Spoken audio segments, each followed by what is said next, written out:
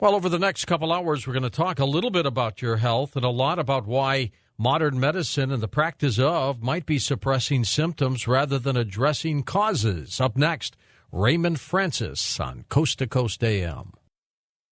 And welcome back to Coast. I'm George Norrie. Let me tell you a little bit about our next guest. Raymond Francis is an internationally recognized leader in the field of optimal health maintenance. He's the chairman, CEO of Beyond Health Corporation, publisher of Beyond Health News, hosts and produces Beyond Health Show, and he's also an author, Never Be Sick Again, Never Be Fat Again. Raymond is also the founder and president of the Project to End Disease, which is an educational not-for-profit. Here he is on Coast to Coast AM. Good morning, Raymond. Well, good morning to you, and thank you for the invitation. Tell me about people who are sick, because there's lots of them, Raymond. Why are they getting sick? Yes, there are lots of them, and in fact, I'm doing a new book right now, by the way, on how to cure cancer. And I have to tell you, if you want to get cancer, move to the United States. That's really? How you do it. Yeah, if you want to get cancer, move to the United States. How come? Environmental or what? Yeah, sure. It's our diet, our environment, our lifestyle. We have created a diet and an environment and a lifestyle that supports cancer. It's as simple as that. That's why we have so much cancer. We have more than 3 out of 4 Americans have a diagnosable chronic disease. If you're over age 65, more than 90% of us have a diagnosable chronic disease. Our children are so sick that even the medical journals are now saying that this generation of children will not live as long as their parents. We are a sick nation. We are getting sicker every year. The health care budget is threatening to bankrupt the country. Medicare is threatening to bankrupt the country. We have to do something about it. We have to turn this thing around. And the good news is this. I've been researching this now for a quarter of a century. I almost died, by the way, and that's how I got into all this. Okay, you're going to have to tell us what happened there, too. Go ahead. Yeah, I'm happy to do it, but I almost died, and I had to save my own life. I had to use my own knowledge of biochemistry to save my life. And then it took me 2 years of hard work to bring myself back to where I could go to work again. And then after going back to work for a few years, it just suddenly struck me that there was more important work to do, and that was to help people get well and stay well, and what I was discovering is how to do that. You see, if you look at the scientific literature, there is sufficient knowledge available in the world today to cure virtually every disease. But here's the problem. That knowledge is scattered in thousands of different journals, in many different languages. Very segmented, isn't it? Spanning about a 100-year period, and nobody has ever had the money or the time, the ability to take all of that and put it together into something that we can then put into clinical practice and start curing these diseases. And that's why I'm now writing a whole book on how to cure cancer. We know how to cure cancer. We've known how to cure cancer for 100 years, but we aren't doing it. How important, Raymond, is your pH level with that? Extremely important. Extremely important, George. And here's why. You see, here we have, let's reduce everything to a single cell. Now, we all started life as one single cell in our mother. And now the average person is somewhere between 50 and 100 trillion cells. That's a lot. That's a lot of cells.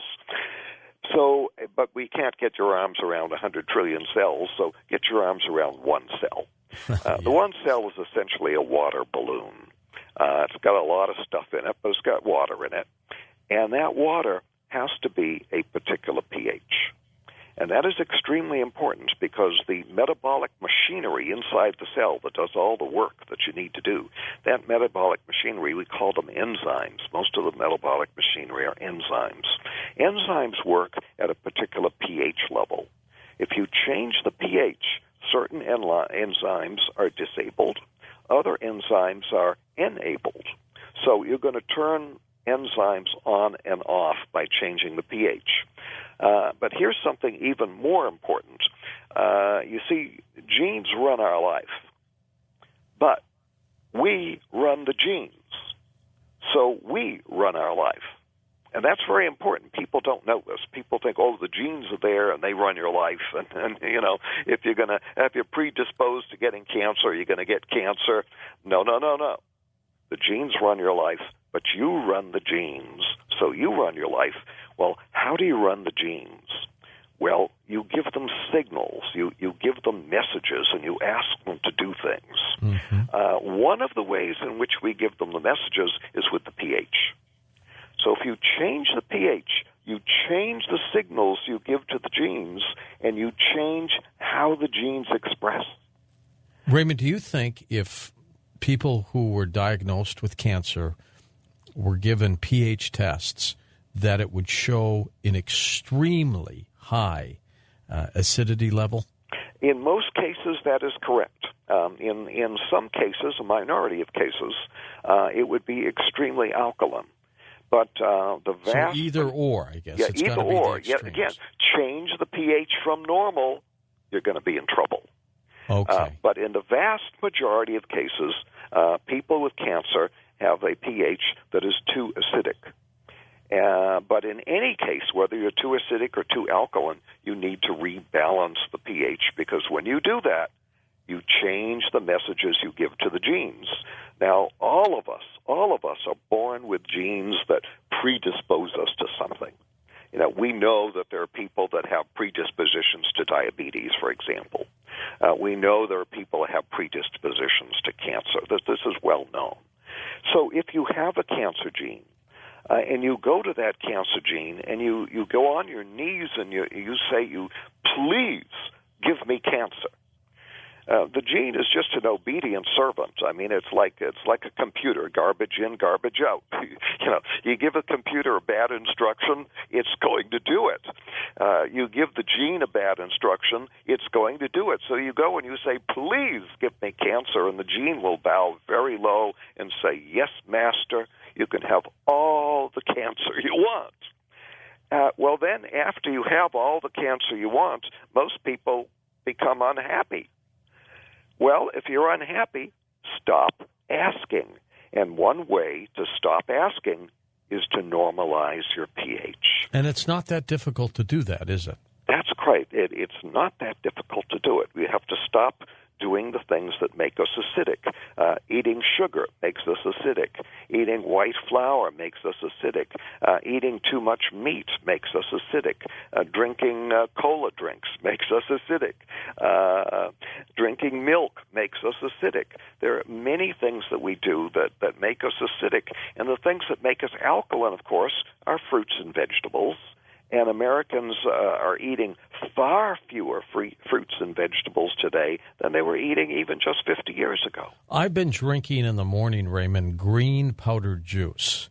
I hope that's working for me. What do you think? Well, I think it's good, but if possible, it would be better if you juiced some vegetables and drank that. Because the vegetables are going to have... a vegetable has thousands of chemicals in it, thousands. And when you start combining vegetables, you get many, many thousands. Well, let me tell you something. Cancer is a process. It's a biological process, and here our doctors get very confused over this. It's a biological process that you turn on and you can turn off. There are chemicals in vegetables that turn off every single step of the cancer process. So the green juice is good, and I certainly think it's fine, but you could do better by juicing the vegetables. Okay. Now, you talk about 6 pathways to health and disease. Want to go through those? Sure. Well, let me first go back and talk about what I've come up with in terms of understanding disease, because okay. this is revolutionary, totally revolutionary. What I started looking for when I was able to cure myself, I realized after I did that my death was a medical certainty. By the way, the doctors said that nothing could save me, and I was gone. And in truth, I was gone. I mean, I was within inches of death when I started to turn it around. But I realized after I did this that I turned it around because of my knowledge of biochemistry. The average person would have died.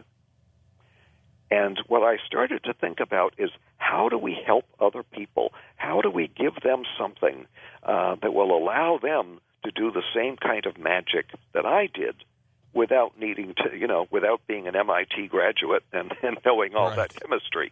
Right. And so finally I came up with a system, and this is cutting-edge science. And here it is. There's only one disease. I've come up with a system that is so simple, we're actually teaching it to children. There's only one disease. There are not thousands of diseases. There's one. And you might ask, well, gosh, what's that one disease? Well, here it is. It's that single cell again. It's when that cell is not normal. That's what disease is. And there's only one disease. And no matter what you call it, you can give it any name you like. What it is a large number of malfunctioning cells. Yes. So call it Alzheimer's if you wish. Call it cancer. Call it diabetes. It doesn't matter. There's cells that have gone out of whack, right? That is correct. The body is out of balance because cells have gone out of whack. That is the one disease. How quickly do cells die and they're replenished? How often does that happen? Well, constantly. As we are talking, every single second, you are creating about 10 million new cells. Wow. In one day, you will produce about 800 billion new cells. And now what happens to the old ones? Where do they go? The dead ones? They're simply taken apart. They break down. Yeah, they break down. And if they're diseased, what happens? Well, if they're even diseased, those that die off. Let's say. You see, they don't die. What they do is divide. There's a process called mitosis, and they become exactly the way they were. Exactly, right? You got it. So if you're diseased, as your cells divide, they produce diseased cells. And the more diseased cells you have in your body, the more diseased you are. Exactly, You get it. So here's what you have to do. Every new cell has to be better than the one it's replacing. Right.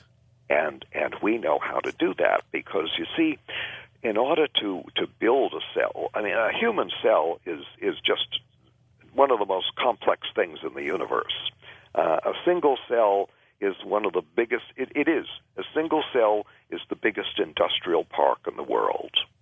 It has got thousands upon thousands of factories in it. It's got the average cell has about 400 large powerhouses in it that power all these thousands and thousands of factories. There's about 100,000 chemical reactions taking place every single second in every cell. There's about 6 trillion separate operations going on in every cell every second. This is a lot of complexity.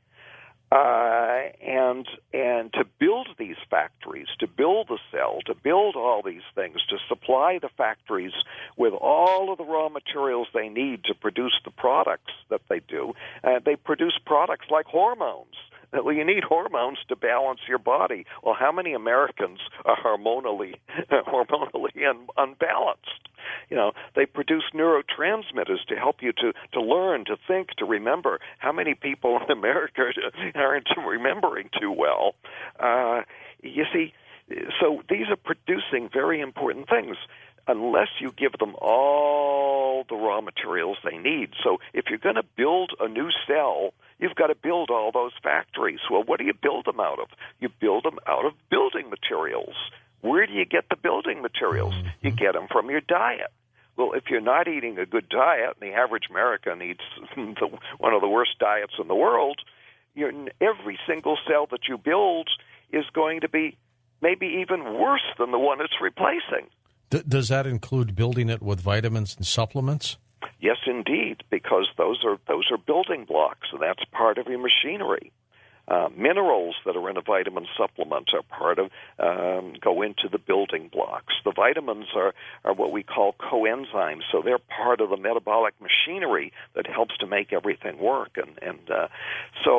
Yes, absolutely, supplements are absolutely necessary today. In fact, even the National Academy of Sciences came out just a few years ago, and they said that it is no longer, even if you eat a good diet, it is no longer possible to get the nutrition that you need, that supplements are now a necessity. Well, that's shocking. And why is that so? Do you agree with that? Absolutely. Okay. Let me give you an example. The carrot you buy today, you've got to eat 2 of them to get the same calcium you got 50 years ago. Oh, my. You have to eat 4 carrots to get the same magnesium you got 50 years ago. You've got to eat up to 20 carrots to get the same zinc that you got in 1 carrot 50 years ago. Well, who's eating the 20 carrots? And virtually every American is magnesium deficient and zinc deficient. I mean, it's a catastrophe. We've simply stripped the soils of the minerals, and so the minerals are no longer in the soils. They don't get into the plants. It may still look like a carrot, but folks, it ain't. It's cardboard. Right on. And then, to make matters worse, we harvest the carrot green so that it doesn't turn rotten in the shipping process. And the result is when you harvest something green, it only has a fraction of the nutrition that it would have if it had been properly ripened. Yes. So here we have something that's already nutritionally deficient, and then we're harvesting it green, making it more nutritionally deficient. And then after you harvest something, the nutrition starts to go with every single hour, and the average age of the stuff you buy in a supermarket is 2 weeks old. So what are you buying? Supplementation today is an absolute necessity, but here's a problem. Most of the supplements on the market are junk. And I learned that the hard way in my own health crisis and process. So I now even make my own vitamins and sell them, because it's the only way I can be sure I'm getting what I want, the quality that I want. The good ones are called pharmaceutical grade, right? No, not really. The problem is this. Those are just empty words. There is no such thing as pharmaceutical grade. That does not exist in science. And so people love to toss that around, but it's a meaningless term. Now, when we come back from the break, let's get into these pathways to health and how we can fight back. And also I want to talk about people who want to lose weight, Raymond, because you've looked at that too. I wrote a whole book on it. Never be fat again.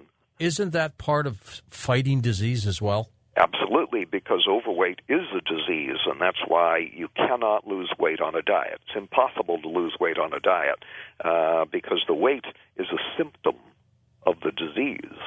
And so if you're trying to go on a diet to lose weight, all you're doing is attacking the symptoms. So sure, you'll lose some weight. You'll lose 10 to 15% of your weight on virtually any diet. Which is good, right? It's better to lose than not, I guess. No, it isn't. No, Why? it isn't, because what you get into then when you lose it, and then you gain it back, then you go on another diet, you lose it, and then you gain it back. Yo-yo dieting actually does permanent damage to your immune system. All right, let's talk a little bit more about that when we come back on Coast to Coast AM with Raymond Francis. Well, next hour we'll open up the phone lines for Raymond Francis. And by the way, our next Coast to Coast program, Richard C. Hoagland will be with us for a while, talking about 2010, the year we make contact. He will take on disclosure, and in a big departure, we'll talk about UFOs. He normally does not do that, so make sure you're part of tomorrow's program, as well as a very special discussion with Tony Schaefer, who wrote a book called Operation Dark Heart, Spycraft and Special Ops. Fascinating program as well.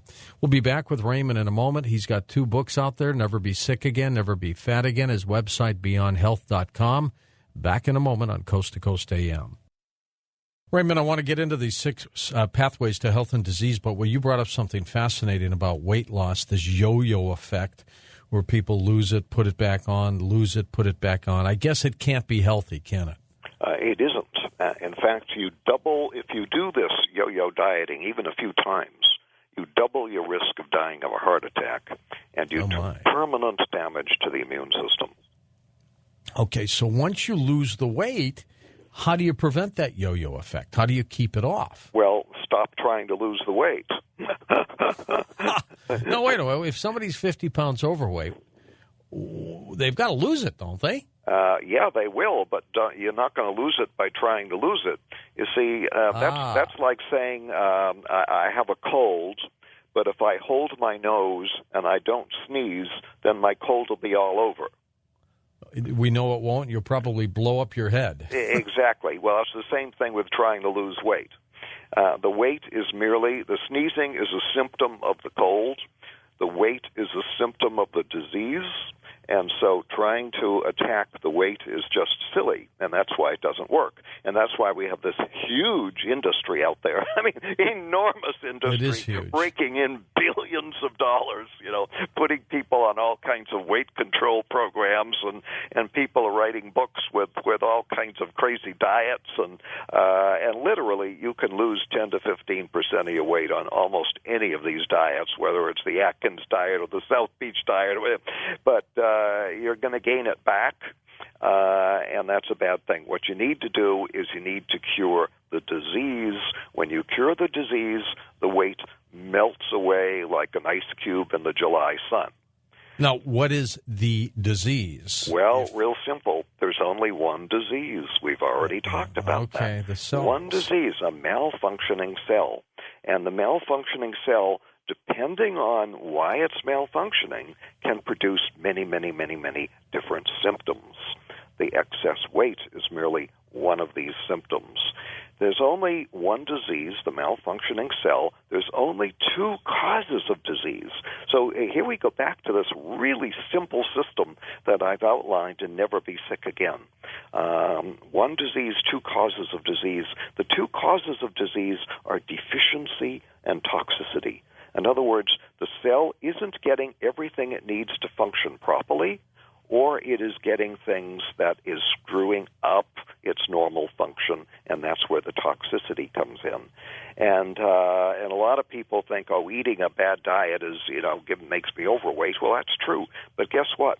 Toxins can make you overweight too.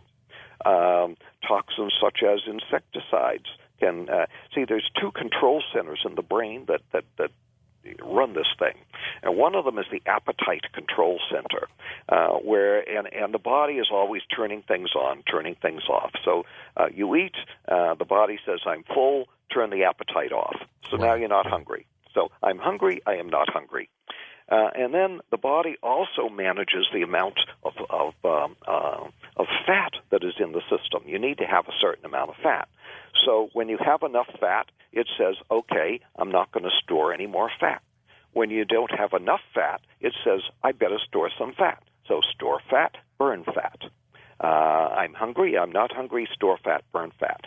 Toxins screw up those two balancing mechanisms.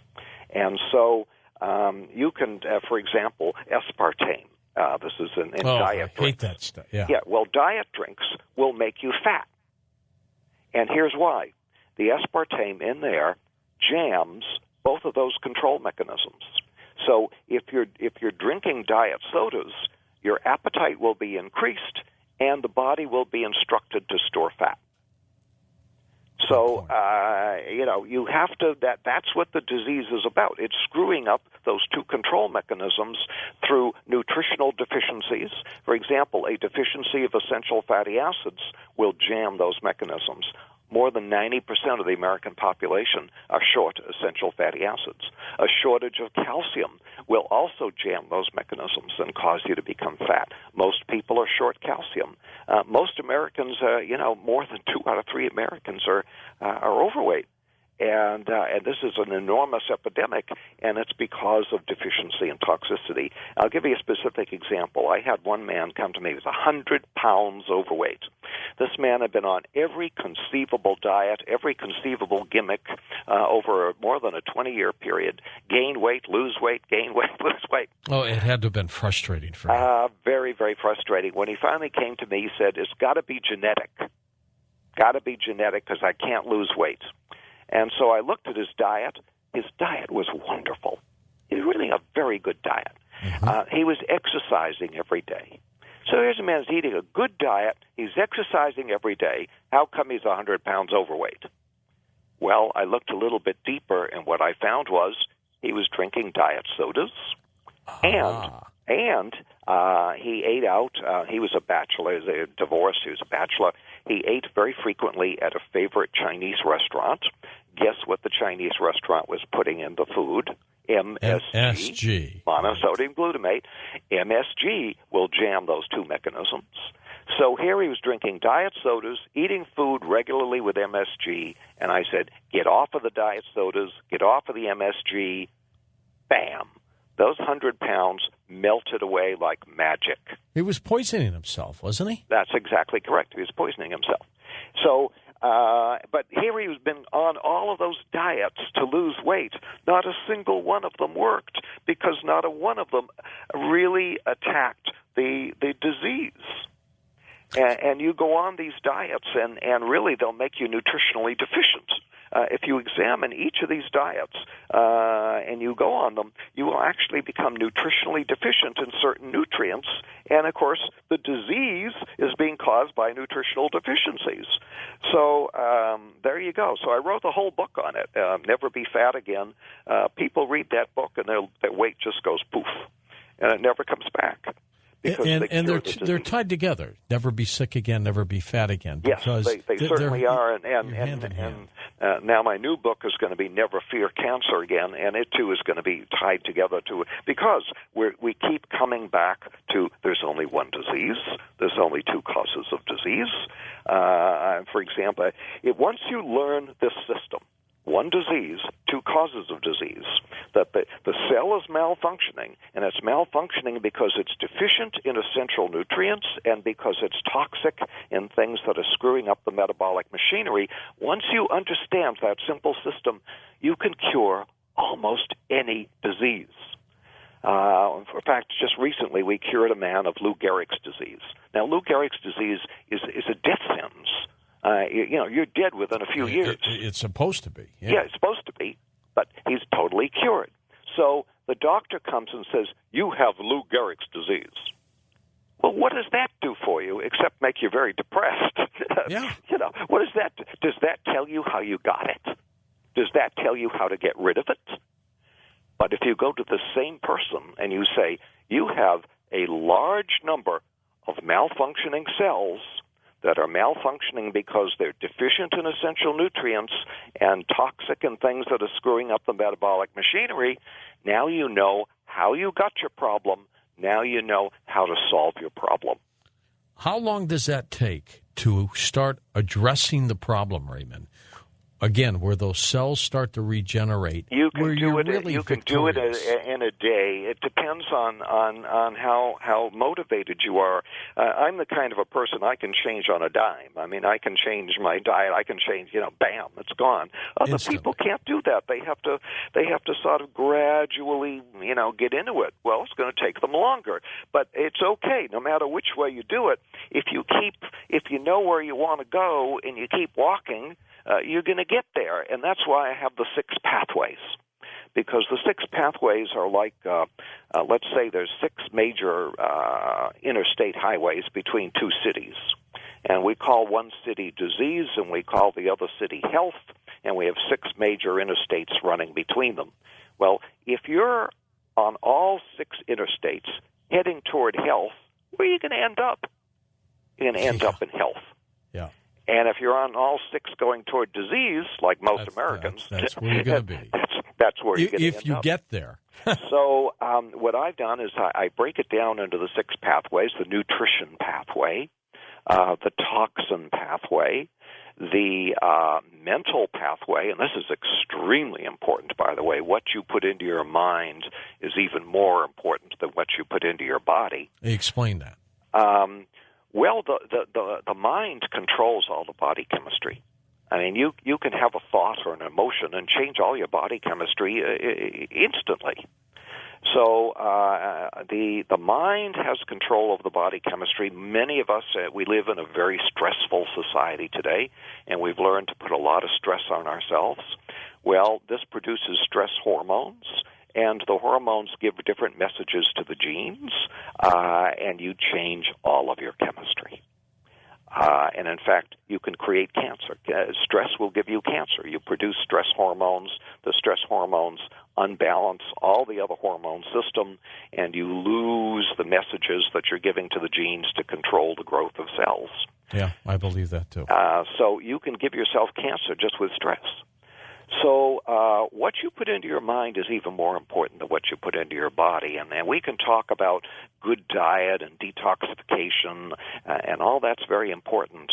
But your psychological and your spiritual components are even more important. Give us these 6 pathways real quickly. Okay. The nutrition pathway, the toxin pathway, the mental, the physical. And the physical is very important. Here's, getting proper exercise and things like that, the physical pathway. And then the genetic pathway, making sure that you're giving, remember, the genes run your life, but you run the genes. Mm-hmm. So how do you run the genes properly? You have to learn how to do that. How do you tell them what to do? And then the last one is the medical pathway, and that's the most tragic of all, because the medical pathway, medicine, our system of medicine in America today is one of our largest causes of disease, and unfortunately is actually our single largest cause of death. Yeah, interesting. And wrong prescriptions in some cases, overprescribing. The whole thing is wrong because the whole paradigm is wrong. And there's no science behind it. We think of medicine as being very, very scientific because they have all these wonderful gadgets with blinking lights and do MRIs. But in truth, when we study it, what we find is that only 10 to 15% of existing medical practice has any basis in science. And the other 85 to 90% is basically just a collection of anecdotes. And that's why it doesn't work. There's no science behind it. It's not scientific. All right, I may have missed one. You said nutritional, right? Nutrition, toxin, mm-hmm. the mental. Mental, okay. And then the physical, genetic. Right. And the genetic, and the medical.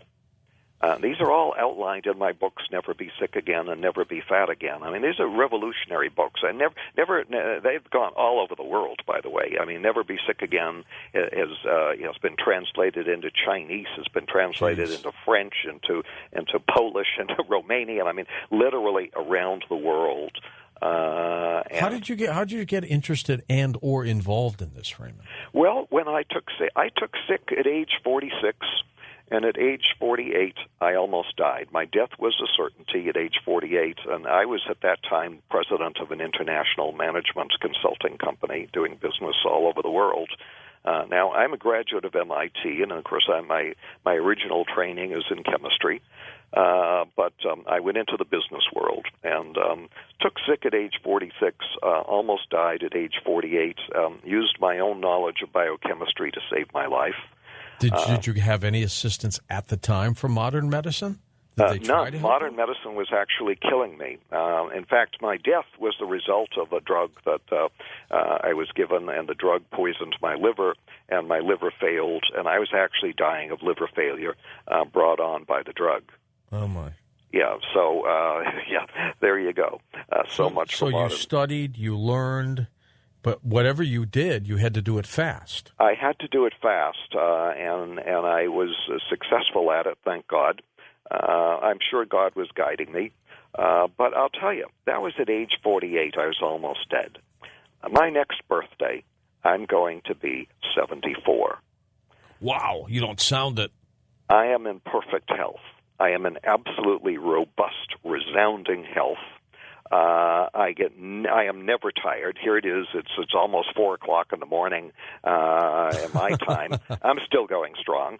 And I just got off of an airplane yesterday after getting very, very early in the morning, and then making a speech in Miami last night and getting home past midnight. And so, I am never tired. I'm just boundless energy. I never, ever get sick. In the last 22 years, I've had one medical problem, just one in 22 years, and that medical problem was I had a cold. Now, having a cold... Well, that does happen. It shouldn't. It's really irresponsible to have a cold, and you never recover from it. It's a very, very bad disease. It does permanent damage to your genes, and it ages you. But anyway, I've had one cold. I have a good excuse for it, by the way. So I have a very good excuse for the one cold. We measure my arteries every 5 years, and I'm reducing my biological age so that my arteries are now down to age 25. How did you do that? Just with Very simple. Very simple. And by the way, my goal is to have the arteries of a teenager by the time I'm 80. Now, you didn't do chelation, or did you? No, I did not do chelation. You can do that in a crisis situation. I was not in a crisis situation, but I just cleaned out my arteries. Here's how you do it. The beauty of the body is that it's a self-repairing system.